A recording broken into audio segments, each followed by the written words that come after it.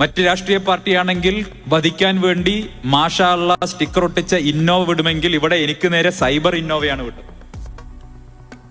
എന്നെയും എന്റെ കുടുംബത്തിനെയും ഇനി ഇതിലും ഭേദം കൊടിസുനിയെയും കിർമാണിയൊക്കെ വിടുകയായിരുന്നു. ഇനി ഞാൻ മാത്രം അനുഭവിച്ചാൽ മതിയല്ലോ. ഇതിപ്പോ എന്റെ 84 വയസ്സുള്ള അച്ഛനും എന്റെ ഭാര്യയും എന്റെ കുട്ടിയും ഒക്കെ അനുഭവിച്ചുകൊണ്ടിരിക്കുക. ഞാൻ അതിലേക്കൊന്നും കിടക്കുക, വ്യക്തിപരമായിട്ടുള്ള വിഷമങ്ങൾ അതവിടെ നിൽക്കട്ടെ. അതിലപ്പുറം ഞാൻ അനുഭവിക്കുന്ന വലിയ സമാധാനവും സന്തോഷവും ഇപ്പുറത്തുണ്ട് എന്ന് പറയുകയാണ്. ഞാൻ പറഞ്ഞു വരുന്നത്, പല ആളുകളും ചോദിച്ചു, എങ്ങനെയാണ് നിങ്ങൾ ഇത്രയും കാലം പറഞ്ഞിരുന്ന കാര്യങ്ങളിൽ നിന്ന് വ്യത്യസ്തമായിട്ട് അങ്ങനെ പറയാൻ സാധിക്കും? ഞാൻ അവരോട് പറഞ്ഞു, നിങ്ങൾ ഏത് പ്രതലത്തിൽ നിന്നുകൊണ്ടാണോ ഒരു കാഴ്ച കാണുന്നത്, നിങ്ങൾ ഏതൊരു പ്രതലത്തിൽ നിന്നാണോ ഒരു കാഴ്ചയെ കാണുന്നത്, നിങ്ങളുടെ ദൃഷ്ടിയിൽ പതിയുന്നത് ആ കോണിലുള്ള കാഴ്ച മാത്രമായിരിക്കും. അതല്ലെങ്കിൽ നിങ്ങൾക്ക് എപ്പോഴും ദൃഷ്ടിഗോചരമായിരിക്കുന്നത് അതായിരിക്കും നിങ്ങളുടെ സത്യം. പക്ഷെ എന്നു മുതൽ നിങ്ങൾ വ്യത്യസ്തമായ പ്രതലത്തിൽ നിന്നുകൂടി അതേ കാഴ്ചയെ സമീപിക്കുന്നുവോ, അന്ന് നിങ്ങൾക്ക് മനസ്സിലാകും ഒരുപക്ഷെ നിങ്ങൾ നേരത്തെ കണ്ടത് മാത്രമല്ല മറ്റു പല കാര്യങ്ങൾ കൂടി നിങ്ങൾക്ക് നേരത്തെ കാഴ്ചയിലുണ്ട് എന്ന് നിങ്ങൾക്ക് ബോധ്യപ്പെടും. നിങ്ങൾ ചരിത്രത്തെ വായിച്ചിരിക്കുന്നത് ഏത് പ്രത്യയശാസ്ത്രത്തിന്റെ ഭാഗമായി നിന്നുകൊണ്ടാണോ, നിങ്ങൾക്ക് അവൈലബിൾ ആയിട്ടുള്ള ഏത് ടെക്സ്റ്റ് മുഖേനയാണോ നിങ്ങൾ ചരിത്രത്തെ സമീപിച്ചത്, അങ്ങനെയായിരിക്കും നിങ്ങളുടെ ചരിത്രബോധം രൂപപ്പെടുന്നത്. ഞാൻ സംഘപരിവാറിന്റെ ഭാഗമായി നിൽക്കുന്ന സമയത്ത്, BJPയുടെ ഭാഗമായി നിൽക്കുന്ന സമയത്ത് എനിക്ക് അവൈലബിൾ ആയിട്ടുള്ള, അതല്ലെങ്കിൽ എന്റെ മസ്തിഷ്കത്തിൽ രേഖപ്പെടുത്തപ്പെട്ടിട്ടുള്ള എനിക്ക് താല്പര്യമുള്ള ഗ്രന്ഥങ്ങളും എനിക്ക് താല്പര്യമുള്ള ചരിത്രവും മാത്രം വായിക്കുമ്പോൾ ഞാൻ ശത്രുപക്ഷത്ത് പ്രതിഷ്ഠിക്കാൻ ആഗ്രഹിക്കുന്നവർക്കെതിരെ വെറുപ്പ് ഉൽപ്പാദിപ്പിക്കുന്ന ടെക്സ്റ്റുകൾ മാത്രമായിരിക്കും എന്റെ മുൻപിൽ വരിക. ഇത് സ്വാഭാവികമാണ്. ഒരു കമ്മ്യൂണിസ്റ്റുകാരന്റെ മുൻപിൽ അവൻ എപ്പോഴും വായിക്കാൻ ആഗ്രഹിക്കുന്നത്, അതല്ലെങ്കിൽ അവന്റെ തലച്ചോറിൽ എപ്പോഴും അവൻ വായിക്കാൻ ഇഷ്ടപ്പെടുന്നത്, അവൻ ഇഷ്ടപ്പെടുന്ന പ്രത്യയശാസ്ത്രത്തെ, അവൻ നിലനിൽക്കുന്ന പ്രത്യയശാസ്ത്രത്തെ പുകഴ്ത്തുന്നതും ഇതര ആശയങ്ങളെ ഇകഴ്ത്തി കാണിക്കുന്നതുമായിട്ടുള്ള ടെക്സ്റ്റുകൾ വായിക്കാനായിരിക്കും ആഗ്രഹിക്കുക. അവിടെയാണ് വിശാലമായ വായനയുടെ ആവശ്യമുള്ളത്. നമ്മൾ ഏകപക്ഷീയമായിട്ടുള്ള കാഴ്ചകൾ കാണാതെ, ഏകപക്ഷീയമായിട്ടുള്ള വായനകൾ വായിക്കാതെ, എല്ലാ തലത്തിൽ നിന്നും വായിക്കാനും കാണാനും വേണ്ടി നമ്മൾ എന്നു മുതൽ ശ്രമിച്ചു തുടങ്ങുന്നുവോ അന്നു മുതൽ നമ്മളൊരു മനുഷ്യനായിട്ട് മാറും. എന്നോട് ചോദിച്ചു, നിങ്ങൾ എടുത്തിട്ടുള്ള പല നിലപാടുകളുണ്ടല്ലോ, 1921 ഉൾപ്പെടെയുള്ള വിഷയങ്ങളിൽ നിങ്ങൾ എടുത്തിട്ടുള്ള നിലപാടുകളുണ്ടല്ലോ, നിങ്ങൾക്കത് തിരുത്തി പറയാൻ സാധിക്കുമോ എന്ന് ചോദിച്ചു. ഞാൻ പറഞ്ഞു, എന്തുകൊണ്ട് തിരുത്തിക്കൂടാ? തിരുത്തേണ്ടതുണ്ടെങ്കിൽ തിരുത്തും.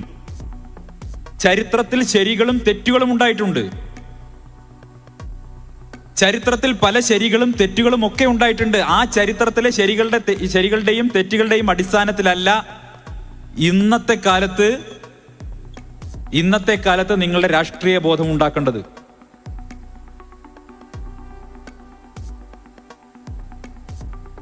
നിരവധിയായിട്ടുള്ള ചരിത്ര സംഭവങ്ങൾ ഉണ്ടായിട്ടുണ്ട്. അത് തുടർച്ചയാണ്. നമുക്ക് ഏതെങ്കിലും ഒരു പ്രത്യേക ഭാഗം മാത്രം എടുത്തുകൊണ്ട് അതിന്റെ അടിസ്ഥാനത്തിൽ നിങ്ങൾക്കൊരു ഒരു ബോധം രൂപപ്പെടുത്തിക്കൊണ്ട് അതിന്റെ അടിസ്ഥാനത്തിൽ നിലപാടുകൾ എടുത്തുകൂടാ.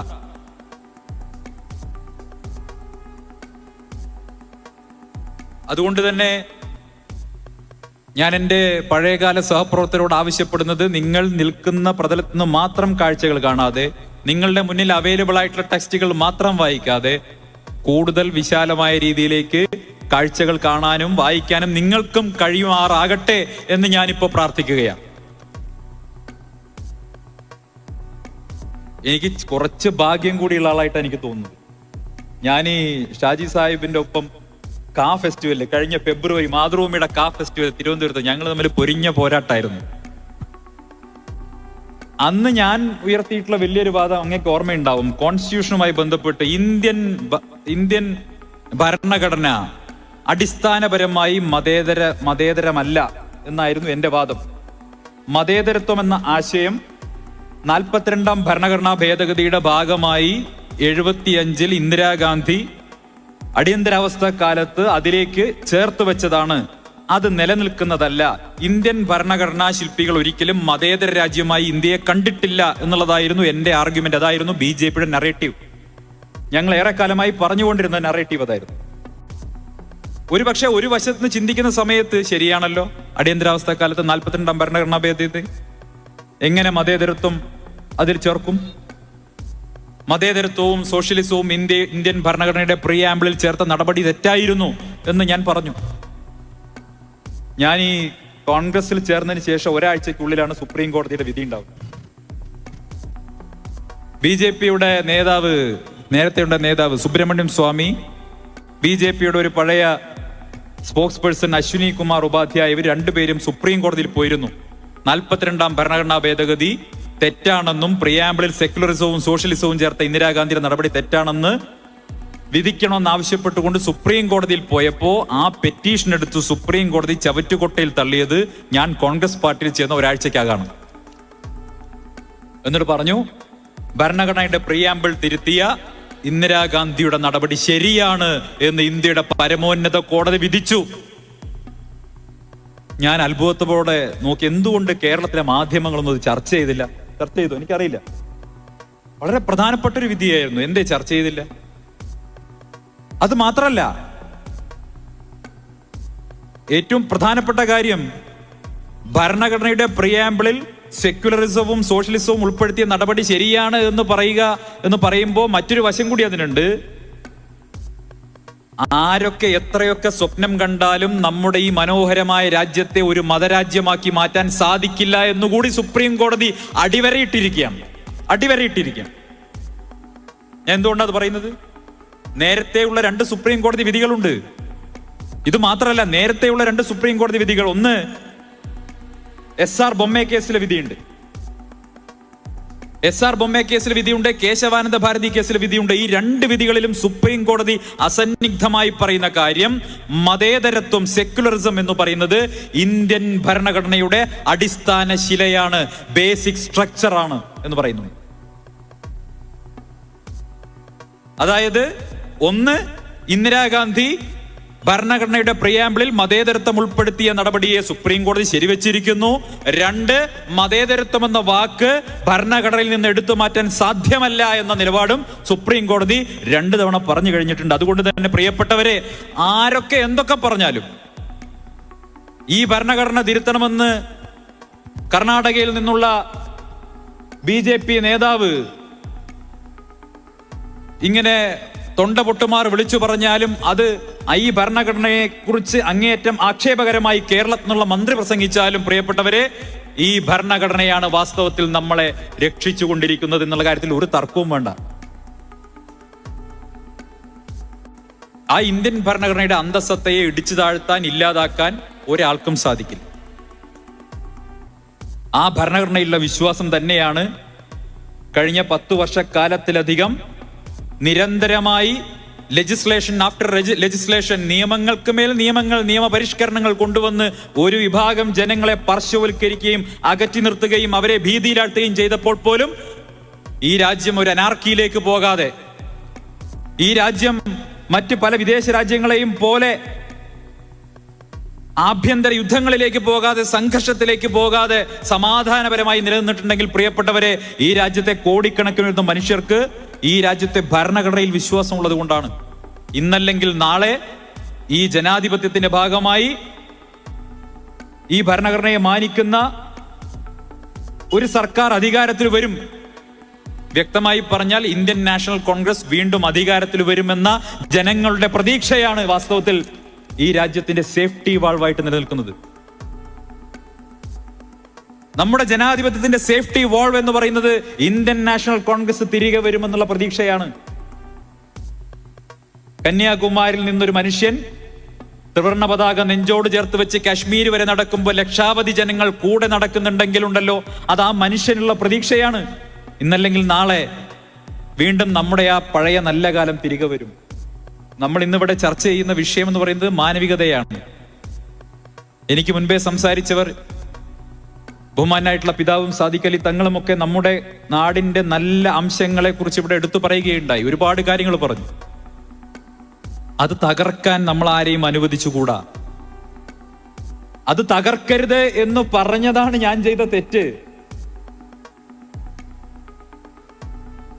ഈ രാജ്യത്തെ, ഈ സംസ്ഥാനത്തെ ഹോട്ടലുകളിൽ, മുസ്ലിങ്ങൾ നടത്തുന്ന ഹോട്ടലുകളിൽ കൊടുക്കുന്ന ഭക്ഷണത്തിൽ മുസ്ലിങ്ങൾ തുപ്പിയിട്ടാണ് ഭക്ഷണം കൊടുക്കുന്നത് എന്ന് നിന്ദ്യമായ, ഹീനമായ നുണപ്രചരണം നടത്തിയ എൻ്റെ പഴയ സംസ്ഥാന പ്രസിഡന്റ് പറഞ്ഞത് ശരിയായില്ല എന്ന് പരസ്യമായി പറഞ്ഞതാണ് ഞാൻ ആദ്യം ആ പാർട്ടിയിൽ നടപടി നേടാണ്ടായ കാരണം. ഈ നാട്ടിലെ ജനങ്ങളെ ഹിന്ദു എന്നും മുസ്ലിം എന്നും ക്രിസ്ത്യാനി എന്നും പറഞ്ഞ് വേർതിരിച്ചു പരസ്പരം സാമ്പത്തിക ഉപരോധം നടത്തി ഈ രാജ്യത്ത് ജീവിക്കാൻ കഴിയില്ല. ഈ ബഹുസ്വര സമൂഹത്തിൽ അങ്ങനെ ചെയ്യരുത്. വികാരമല്ല, വിവേകമായിരിക്കണം നമ്മളെ നയിക്കേണ്ടത് എന്ന് ഞാനിട്ട ഫേസ്ബുക്ക് പോസ്റ്റ് എനിക്കിന്ന് ലജ്ജയുണ്ട്. സമ്മർദ്ദത്തിന്റെ ഫലമായിട്ട് എനിക്കത് പിൻവലിക്കേണ്ടി വന്നു. എനിക്കൊന്ന് ഭയമായിരുന്നു. കാരണം ഒരു ചെകുത്താൻ കൊട്ടയ്ക്ക് അകത്താണ് നിൽക്കുന്നത്. ജയിലിനകത്ത് കിടക്കുമ്പോൾ ജയിൽ സൂപ്രണ്ട് പറഞ്ഞത് കേട്ടേ മതിയാവും, ഇല്ലെങ്കിൽ 2 കൂടുതൽ കിട്ടും, വൈകുന്നേരം ഭക്ഷണവും കിട്ടില്ല. ആ അവസ്ഥയായിരുന്നു.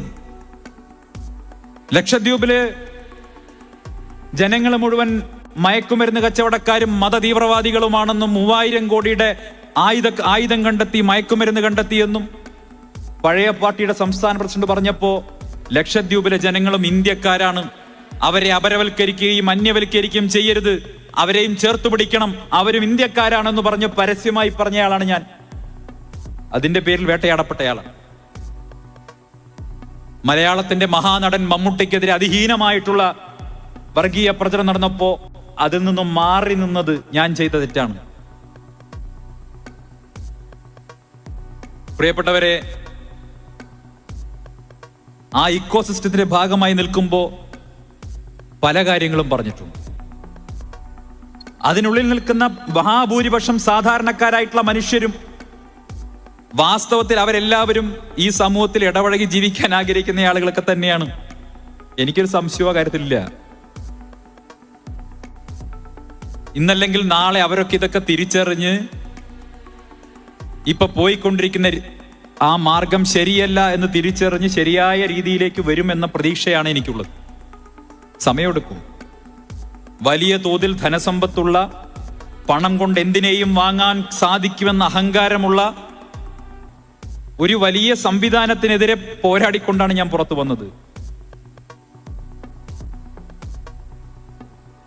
പല ആളുകളും ചോദിച്ചു, നിങ്ങൾ എടുത്തത് തെറ്റായ ഡിസിഷൻ ആയിരുന്നില്ലേ ഇതുപോലെ ഒരു വലിയ സംവിധാനത്തിന് പുറത്തു വരുന്ന സമയത്ത്? ഒരുപക്ഷെ ഭൗതികമായിട്ടുള്ള സുഖ സൗകര്യങ്ങളാണ് ലക്ഷ്യമാക്കിയിരുന്നതെങ്കിൽ എനിക്ക് ഏറ്റവും സൗകര്യം നേരത്തെയുള്ള പാർട്ടി നിൽക്കുന്നത് തന്നെയായിരുന്നു. കേന്ദ്ര ഭരണമുള്ള പാർട്ടിയാണ്. അതല്ലെങ്കിൽ സംസ്ഥാനത്താണെങ്കിൽ സംസ്ഥാന ഭരണമുള്ള ആളുകളുടെ കൂടെ നിൽക്കാമായിരുന്നു. ഞാൻ അവിടെ നൽകിയ വില എന്ന് പറയുന്നത് എൻ്റെ വ്യക്തിപരമായ സ്വാതന്ത്ര്യം, എനിക്ക് പറയാനും എനിക്ക് സംസാരിക്കാനും എനിക്ക് യാത്ര ചെയ്യാനും നിർഭയമായ ഒരു ഇന്ത്യക്കാരൻ അനുഭവിക്കേണ്ട എല്ലാ സ്വാതന്ത്ര്യത്തോടും കൂടി രാഷ്ട്രീയ പ്രവർത്തനം നടത്താനുള്ള സ്വാതന്ത്ര്യത്തിന് വേണ്ടിയാണ് ഒരു അധികാരവുമില്ലാത്ത ഇന്ത്യൻ നാഷണൽ കോൺഗ്രസിലേക്ക് കടന്നു വന്നത്. രാജ്യത്ത് അധികാരത്തിലില്ല, സംസ്ഥാനത്ത് അധികാരത്തിലില്ല. മനുഷ്യൻ എപ്പോഴും ആഗ്രഹിക്കുന്നത്, ഞാൻ മനസ്സിലാക്കുന്നത്, ഈ ബന്ധനം കാഞ്ചന കൂട്ടിലാണെങ്കിലും അല്ലെ, ബന്ധനം തന്നെയാണ് പാരില്ല.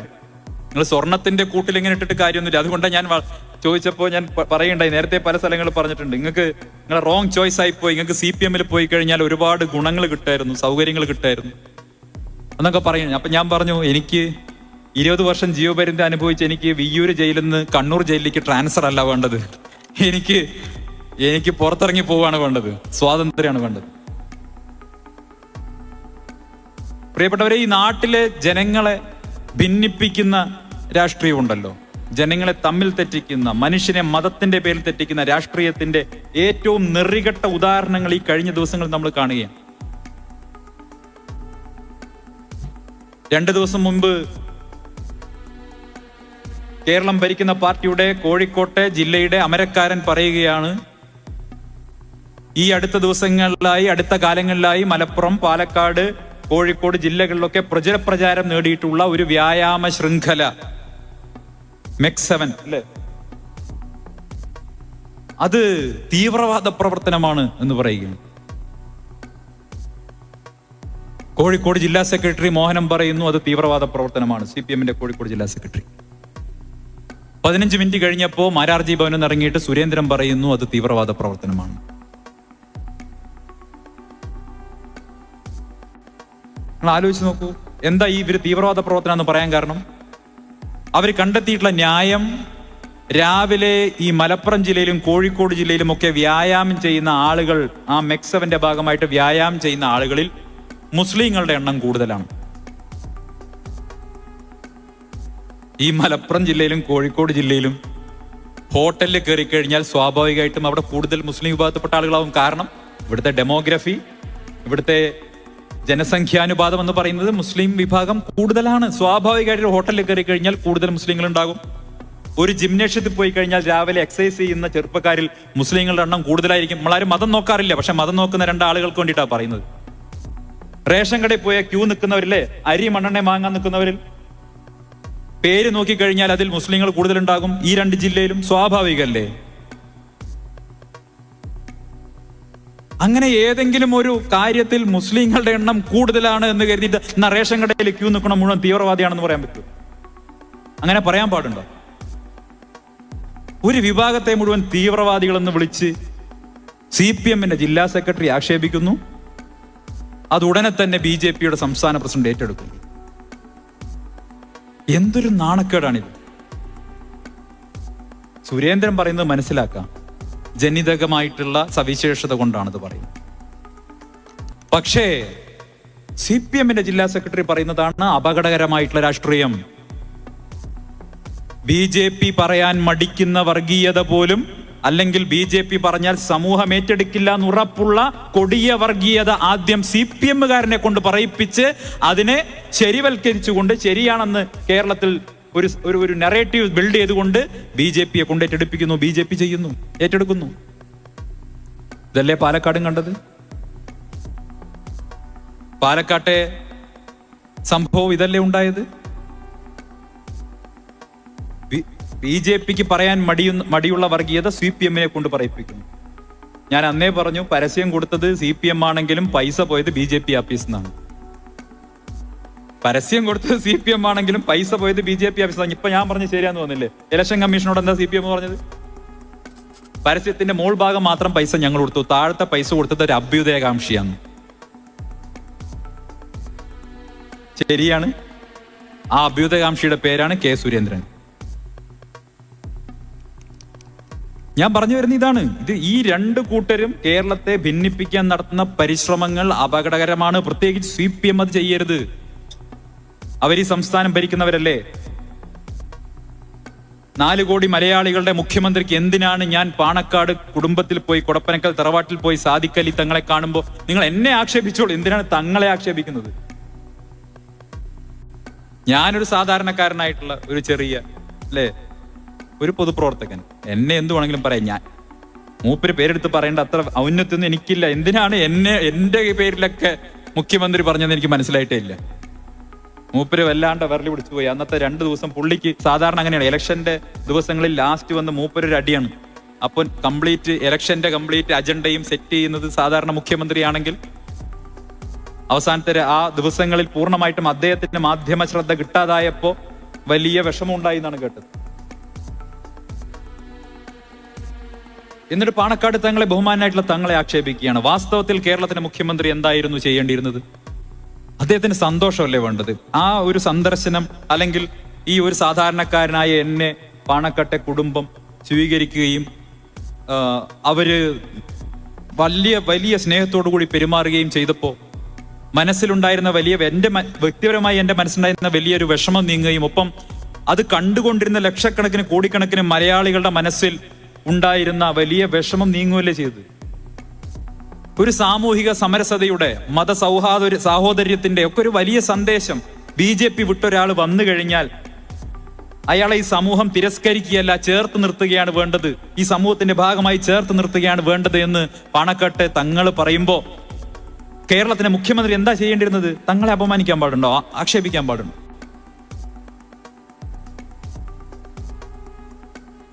അതിനോടാണ് എനിക്ക് എതിർപ്പുള്ളത്.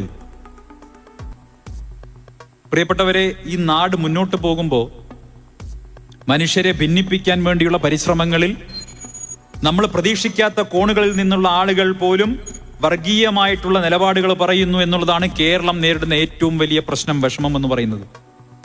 നമ്മൾ പ്രതീക്ഷിക്കാത്ത കോണുകളിൽ നിന്ന് ഒരുപക്ഷെ മതനിരപേക്ഷതയുടെ മൊത്തക്കച്ചവടക്കാരെന്ന് സ്വയം അവകാശപ്പെടുകയും മതേതരത്വത്തിന്റെ സർട്ടിഫിക്കറ്റ് അച്ചടിച്ച് വിതരണം ചെയ്യുകയും ചെയ്യുന്ന അതേ കൂട്ടർ ഇന്ന് മതവർഗീയ ശക്തികളുടെ കയ്യിലെ കളിപ്പാവകളാക്കി മാറ്റിയിരിക്കുന്നു. എന്തുകൊണ്ട്? അവരുടെ കൈകൾ വിലങ്ങണിക്കപ്പെട്ടിരിക്കുകയാണ്. ചാടിക്കളിക്കട കുഞ്ഞിരാമ എന്ന് ഡൽഹിയിൽ നിന്ന് ചാണക്യൻ പറയുമ്പോൾ അതനുസരിച്ച് ചാടിക്കളിക്കാൻ വിധിക്കപ്പെട്ടവരായി ഇവർ മാറിയിട്ടുണ്ടെങ്കിൽ അതെന്തുകൊണ്ടാണെന്ന് ചിന്തിക്കണം. ഞാൻ അത്രയും കടന്നു പറയുന്നില്ല. ഈ വേദി അതിനുള്ള വേദി അല്ലാത്തത് കൊണ്ടാണ്, ഒരു പരിധിക്കപ്പുറം പറയാൻ സാധിക്കാത്തത് കൊണ്ടാണ്. അഴിമതിയും സ്വജനപക്ഷപാതവും ഒക്കെ നിറഞ്ഞ ഒരു സർക്കാരുമായി മുന്നോട്ട് പോകുന്ന സമയത്ത് അധികാരത്തിന്റെ എല്ലാ അവകാശങ്ങളുമുള്ള കേന്ദ്ര ഏജൻസികളെ കൈവശം വെച്ചിരിക്കുന്ന ഒരു കേന്ദ്ര സർക്കാർ മുകളിലിരുന്ന് ഭയപ്പെടുത്തുമ്പോൾ കേരളത്തിന്റെ മുഖ്യമന്ത്രി ഭയപ്പെടുന്നുണ്ടെങ്കിൽ അത് അദ്ദേഹത്തിന്റെ മാത്രം കുഴപ്പമാണ്. ഞാൻ ദീർഘിപ്പിക്കുന്നില്ല. ഇവിടെ ഷാജി സാഹിബ് സംസാരിക്കാനുണ്ട്. ഞാൻ എന്റെ പുതിയ രാഷ്ട്രീയ നിലപാടുമായി ബന്ധപ്പെട്ട് ചില കാര്യങ്ങൾ പറയേണ്ടതുള്ളത് കൊണ്ട് പറഞ്ഞു പോയതാണ്. പ്രിയപ്പെട്ടവരെ, ഞങ്ങൾ ഇവിടെ നിന്ന് സംസാരിച്ചത്, ഇവിടെ ഓണംപള്ളി ഉസ്താദിന്റെ അദ്ദേഹത്തിന്റെ മുഹമ്മദ് ഫൈസിയുടെ പ്രഭാഷണം കേട്ടപ്പോൾ ഞാനും ഷാജി സാഹിബും പറഞ്ഞിരുന്നത് അദ്ദേഹത്തിന്റെ സംസ്കൃതത്തിലുള്ള പാണ്ഡിത്യത്തെക്കുറിച്ച്. ഞാൻ ഇങ്ങോട്ട് വരുന്നതിന് മുമ്പാണ് യാദൃശ്ചികമായി ഇന്ന് രാവിലെ അദ്ദേഹത്തിന്റെ തൃശ്ശൂരിലെ സ്ഥാപനത്തിൽ സംസ്കൃതം പഠിപ്പിക്കുന്ന ഒരു വീഡിയോ കാണുന്നുണ്ട്. എനിക്ക് വലിയ സന്തോഷം തോന്നി. അപ്പോൾ എന്നോട് ഷാജി സാഹിബ് പറഞ്ഞു, നമ്മളെ യൂസഫ് അലി കേച്ചേരിയുടെ ഗാനങ്ങളിലെ സംസ്കൃതത്തെക്കുറിച്ചാണ് ഞങ്ങൾ സംസാരിച്ചത്. നമുക്കറിയാം, മലയാള സിനിമയിൽ ഒരൊറ്റ പാട്ട് മാത്രമാണ് പൂർണ്ണമായും സംസ്കൃതത്തിലുള്ള ഒരു പാട്ടുണ്ടായിട്ടുള്ളത്. അത് എഴുതിയത് യൂസഫ് അലി കേച്ചേരിയാണ്. പെരിന്തൽമണ്ണക്കാരനായിട്ടുള്ള AT അബു സംവിധാനം ചെയ്ത ധ്വനി എന്ന സിനിമയിൽ, പ്രന്നസീർ നായകനായിട്ടുള്ള ധ്വനി എന്ന സിനിമയിൽ ജാനകി ജാനേ രാമ എന്നൊരു പാട്ടുണ്ട്. അതിമനോഹരമായ പാട്ട്, ജാനകി ജാനേ രാമ. മനോഹരമായ പാട്ട്, സംസ്കൃതത്തിലുള്ള പാട്ട്. എഴുതിയ ആളുടെ പേര് യൂസഫ് അലി കേച്ചേരി. അതാണ് കേരളം, അതാണ് മാനവികത എന്ന് മാത്രം പറഞ്ഞുകൊണ്ട് ഞാൻ എൻ്റെ വാക്കുകൾ ഉപസംഹരിക്കുന്നു. എന്നെ ഈ പരിപാടിക്ക് ക്ഷണിച്ചതിന്റെ സംഘാടകരോട് ഉള്ള എൻ്റെ നന്ദി അറിയിക്കുന്നു. Thank you.